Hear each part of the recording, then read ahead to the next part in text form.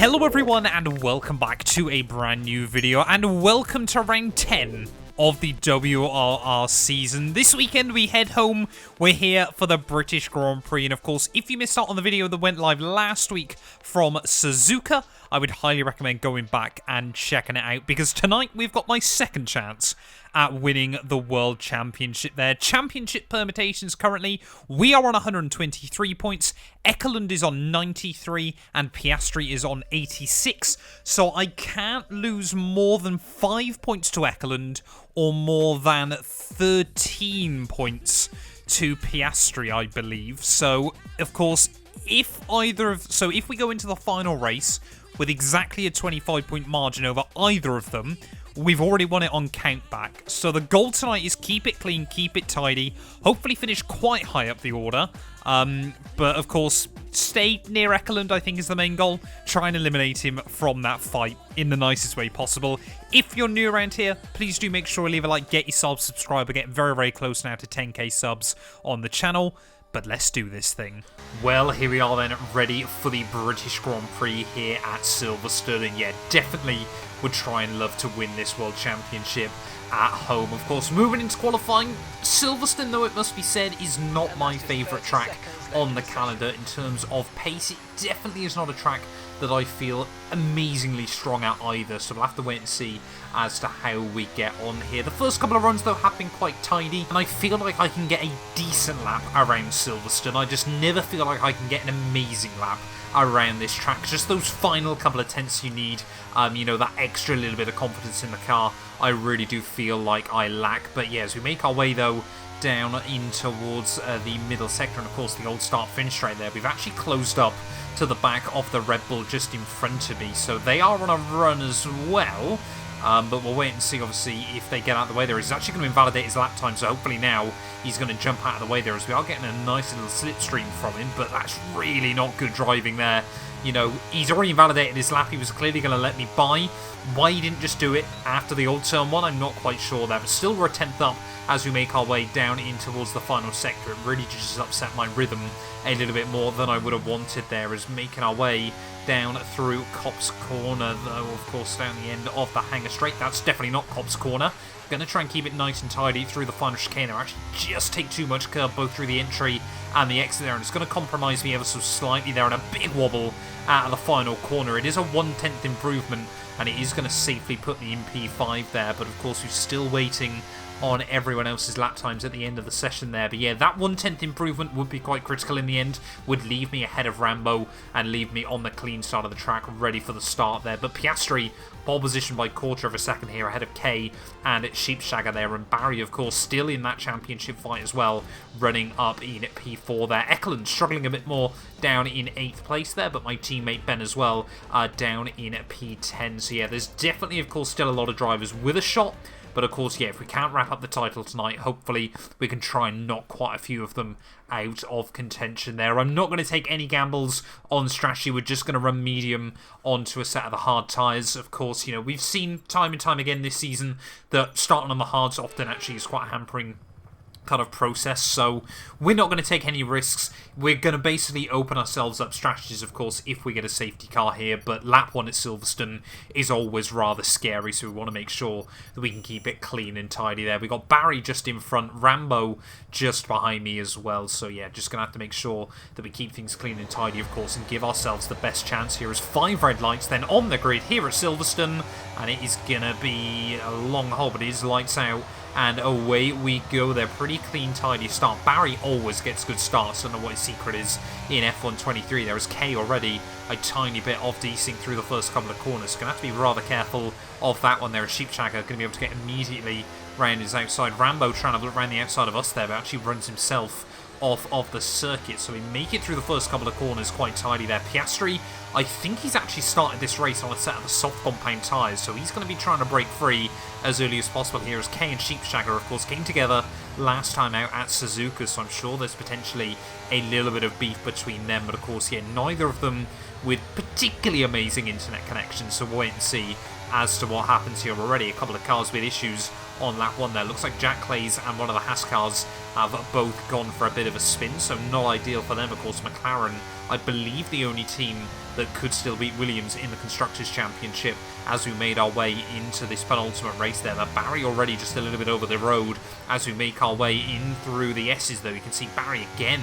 We get all over his gearbox there, and he just half drops it off of the corner. Well held for Barry there as we make our way out onto the hangar straight. But that's suddenly given us a bit of a gap to the car in front there. And yeah, Eckeland already decent start all the way up to P5 as well, so he's clearly trying to go for it early on this afternoon. But yeah, Piastri though hasn't quite been able to break free there. A Sheepshagger looking very, very strong on that set of the medium compound tyres here. But yeah, really, of course, we know it's Silverstone. We know just how ridiculously important the DRS is going to be as well around this venue. So trying to stay within the range of the car in front is going to be absolutely key there. And I think Kay as well probably has got a bit more pace than me, but he is on that set of the hard compound tyres. So maybe we're going to be able to try and hang on inside the range of the AlphaTauri car there as we make our way through the final couple of corners, though, to end lap 2. You can see Piastri sets a 29.1 there. We do a 29.7, so about 0.6 slower, but you can see that Aston Martin has probably now opened up the 1 second margin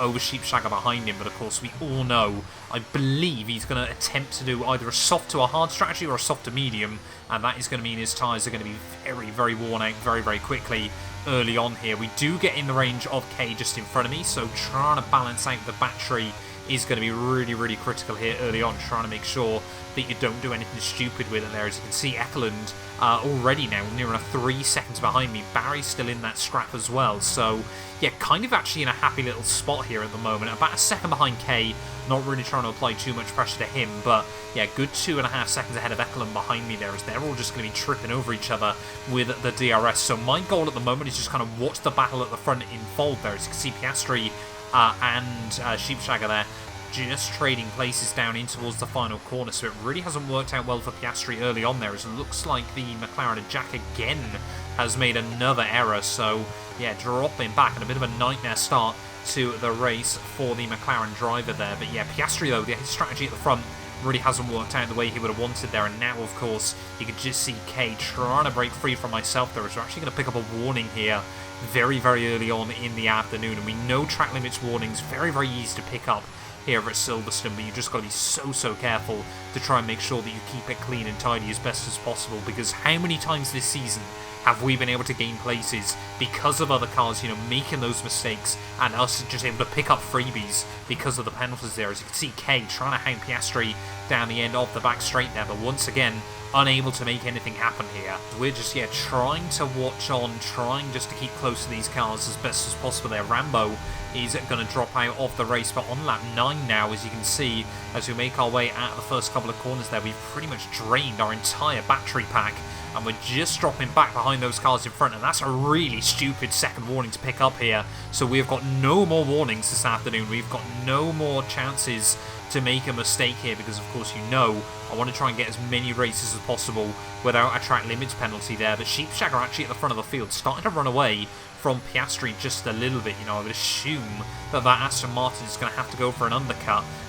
But, you know, that's potentially looking very, very good for Sheepshagger early on in this race. It's actually starting lap 10, though. Kay in front of me is going to pick up a 3-second time penalty there, so a bit of a nightmare for the AlphaTauri driver, and he was one that picked up, I think, 2 or 3 penalties last weekend at Suzuka, so certainly was one that, you know, I thought is likely to pick up a track limits penalty tonight, and then maybe, therefore, we've got a chance of obviously just trying to hang on to as best as possible here, because as you can probably already tell, my goal tonight was just to fight with as few cars as we possibly could there, as Kay and Piastri once again going for it out onto the back straight there. It's the Aston Martin. Yeah, those soft compound tyres must be absolutely bleeding at this stage of the day. So Kay will move up into P2 then.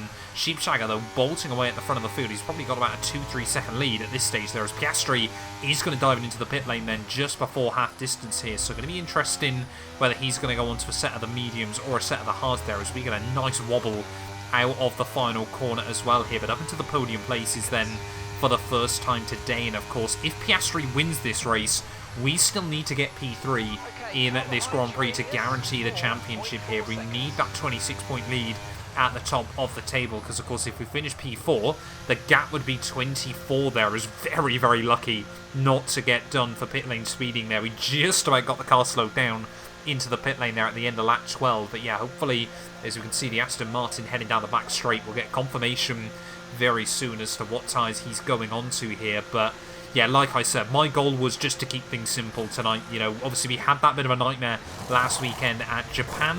Of course, we're still obviously lucky that we built up that big championship lead. So I just didn't really want to take any risks. You know, I didn't want to push one set of tyres too far, or do this or do that, or try and get fancy if we got a safety car here. My goal was just follow what the cars in front were doing and go from there. Then as we head back out of the pit lane here, lucky again as we try and put the power down, but we've come out in a bit of free track space there as Piastri has actually come out on a set of the medium, so he's trying to go super aggressive on the tyre strategy tonight, and that's going to be interesting to see how he gets on later on in the race. There's more and more cars now heading into the pit lane there, and Sheepshagger will re-emerge actually behind the Aston Martin again then, but still crucially within his DRS there, so that's going to be interesting to see how that all unfolds over the next few laps. Of course, you know, Sheepshagger, like we mentioned, his internet is not fantastic, so there's every possibility that there could still be connection issues at some point in the race there, which of course, you know, could hinder him, could hinder Piastri, or could hinder anyone else this afternoon. But yeah, we were about 3 seconds behind now,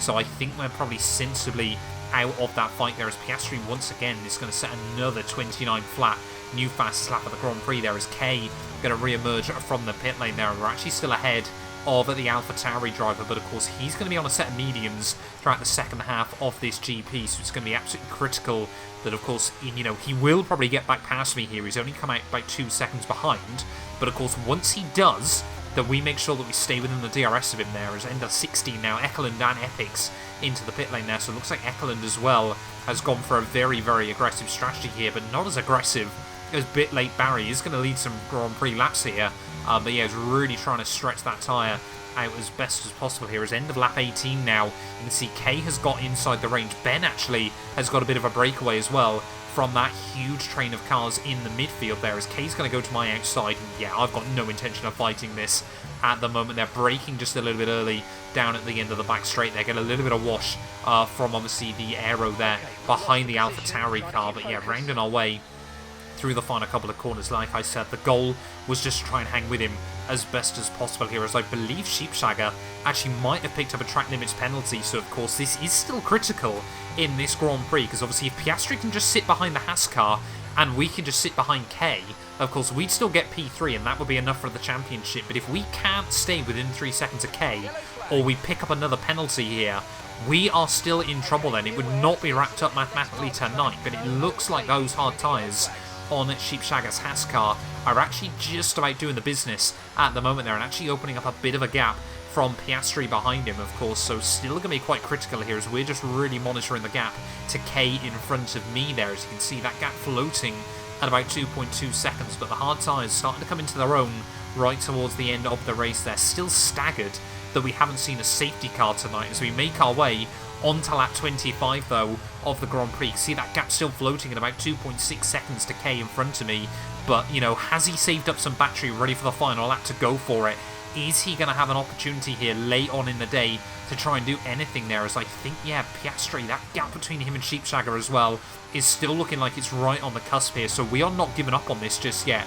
We have got 1 lap to go of the British Grand Prix. Of course, you know, it isn't game over if we can't manage this here, but it certainly would be nice to go into Brazil with no pressure. Of course, you know, it could be a freak accident that takes us out of the race there and Piastri goes on to win, and that could be the difference. That could cost us the World Championship if, you know, we go into Brazil with a 24-point lead. So I really just wanted to try and make sure that, you know, we've mathematically wrapped it up tonight so we don't have anything to worry about there. And you can see, I think both K and Piastri now starting to struggle on their set of the medium compound tyres here, and I believe actually K has used all of his battery at this stage of the day there, so we were just trying to manage the charge as best as possible. You know, we were still down right towards the bottom there. We were trying to extract everything out of this car late on in the day, but yeah, Piastri in front of him though, you can see is dropping back quite drastically now from Sheepshagger towards the end of the race there. So, you know, even if Sheepshagger's only got a 3-second penalty, of course, you know, he might have 6 seconds, and that could still be the difference here. This is why we knew that we couldn't give up against K late on in the day here, but that gap still floating at about 2.6 seconds here, so we've just got to make sure as we round our way through Maggott and Beckett for the final time this afternoon that we don't do anything stupid, that we don't pick up another warning. Of course, we're still on those 2 warnings from inside the first 10 laps here, but rounding in towards the final few corners, Sheepshagger, I can confirm now, only had 3 seconds worth of time penalties here, so Piastri, I think, is going to be right on the cusp. Across the line, the Haas is going to take the Grand Prix victory here. Phenomenal pace all night long. Will Piastri get him, though? No, he will not. So even if we finish P4, we have done enough, but we still get K up towards the line there by 0.3 of a second, and you can see just that final relaxation there. It was 0.6 of a second between the Aston Martin and the Haas car come the checkered flag, but either way, we had done enough here to crown ourselves WOR champion there. We'll head into the final race, I believe, with a 31-point lead over Piastri, so of course only 25 points available. We have done it there, and so happy to obviously wrap that up before the final race. You know, after the nightmare that was Suzuka, to be honest, I was kind of a bit gutted. I knew we wouldn't obviously wrap it up in Japan, of course, unless everything went our way.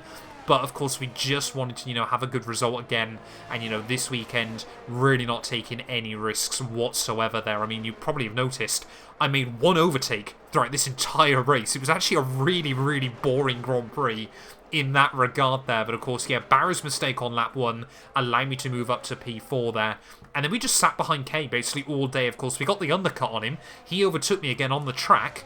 But, yeah, we never actually made another on-track overtake throughout the entirety of the Grand Prix there. But yeah, Sheepshagger though, you know, fantastic race victory by him. You know, we've never seen that sort of dominant pace by him throughout the entire season there. And of course, Piastri took that win at Suzuka last weekend, but once more is going to be confined to yet another second place in this championship there. But yeah, that means with 1 race to go, we still haven't taken a pole position this season. I think Niki Lauda, and I want to say one of the driver, I think it was Denny Hulme, of course, winning Formula 1 World Championships there, despite not getting a single pole position over the course of the season. You know, we have not been the quickest driver throughout a lot of this campaign, but what we have been ever since Jeddah is brutally consistent, trying to pick up the points wherever we can.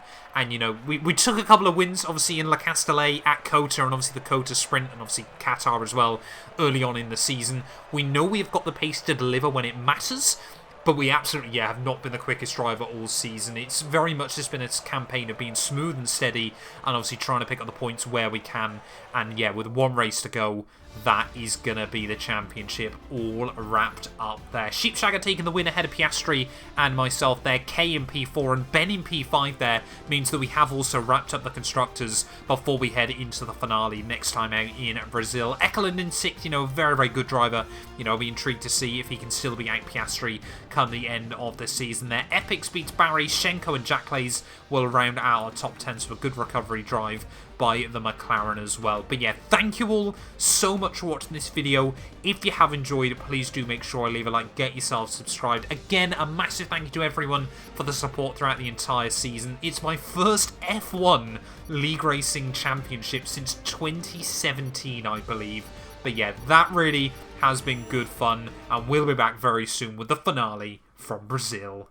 A massive thank you to all of my YouTube members and my Patreon supporters for their continued donations to help my work. These things go much further than I think a lot of you ever realise, and allow me to continue making content full-time here on YouTube. So if you want to support me from as little as £1 a month and be featured on all of these end clips, either click the join button next to the subscribe or head over to my Patreon. There's a link down in the description.